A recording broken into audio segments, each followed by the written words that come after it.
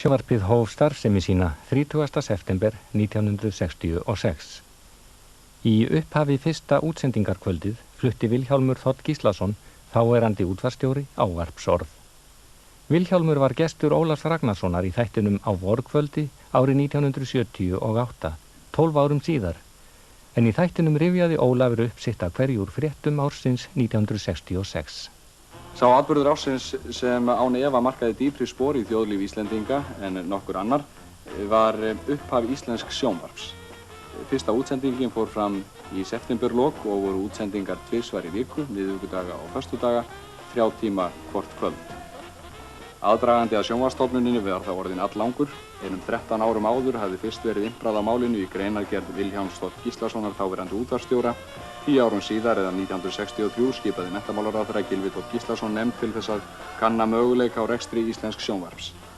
Niðurstaða nefndarinnar var jákvæð og var þá hafist handa við undirbúning fyrir starfsemi sjónvarpsins, ráðningu starfsmanna, kaup húsa og tækja og þjálfun starfsliðs. En þegar sjónvarpið hóf göngu sína störfuðu hjá stofnuninni 30 manns, en nú starfa hér á annað 100 manns tæpum 12 árum síðar. Upphaf sjónvarpsins var rækilega kynnt í blöðum síðustu dagana áður en útsendingar hófust og meðal annars héldu forráðamenn sjónvarpsins fund með fréttamönnum málið. Auk útvarpsstjóra voru það þeir Pétur Guðfinnsson, framkvæmdastjóri, og dagskrárstjórarnir Emil Björnsson og Steindór Hjörleifsson ásamt Jóni D. Þorsteinsinni verkfræðingi. Fyrsta kvöldi var sendur út blaðamannafundur með Bjarna Benediktssyni forsætisráðherra, grænlandskvikmynd eftir Ósvald Knudsen, upplestur Halldórs Laxness, skemmtiþáttur með Savana-tríóinu og síðasti liðurinn var sakamálamynd dýrlinginn. En upphaf sjónvarpsins íslenska markaði ávarp Vilhjálms Þ. Gíslasonar útvarpsstjóra sem hófst á slaginu klukkan 8 þetta föstudagskvöld 30. september 1966. Gott kvöld. Nú þegar fyrsta íslensk sjónvarpssending Ríkisútvarpsins hefst, sendi ég kveðju til allra þeirra sem þetta sjónvarp sjá og heyra með óskum og vonum Ríkisútvarpsins það að þetta megi verða upphaf að miklu og farsælu starfi. Þeir sem vinna hér gera sér grein fyrir og ætla að fara sér hófsamlega en setja samt markið hátt. Fjöldi manna hefur beðið eftir íslensku sjónvarpi með óþreyju, margir árnað því gengis, en sumir verið í vafa það hvort takast mætti að gera góðar íslenskar dagskrár. Og á þessu ári verða liðin 12 ár frá því að þetta ávarp var flutt í upphafi sjónvarpsins, en Vilhjálmur Þ. Gíslason, fyrrverandi útvarpsstjóri, kominn hingað til okkar. Vilhjálmur, manstu hvernig þér var innanbrjósts þegar þú fluttir þetta ávarp í upphafi sjónvarps? Já, ég man nú nokkuð vel það allt saman.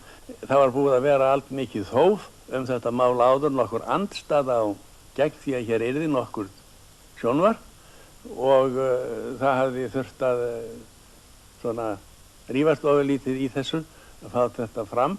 Ég var nú í aðra röndina kannski dálítið kvíðinn yfir þessu, en annars var ég trúaður á þetta frá upphafi að þetta ætti að koma og gæti gengið. Hvað er það helst sem þú vildi telja sem hefur orðið þess valdandi að þetta tókst? Já, ég myndi segja að það eru 2-3 atriði. Í fyrsta lagi það að stjórnarvöld voru svo vinsamleg við útvarpið að fella niður opinber gjöld af þessum tækjum og af þessari stofnun, annars hefði það sennilega ekki verið hægt. Og í öðru lagi var það að útvarpið fékk frá mjög mikla aðstoð frá norrænu útvarpunum eða sjónvarpunum. Sænska útvarpið fyrir velvildu Rydbeck útvarpsstjóra þar léði okkur sjónvarpsbíl sem að var hér eiginlega sjónvarpsstöð fyrsta árið, svoleiðis að það var strax hægt að fara að útvarpa nokkuð af fullum krafti. En það hafði aftur á móti það í för með sér að það var undir eins hægt að fara að innheimta afnotagjöldin af þessu og komu inn af því miklir peningar sem að voru nauðsynlegir til þess að gera þetta.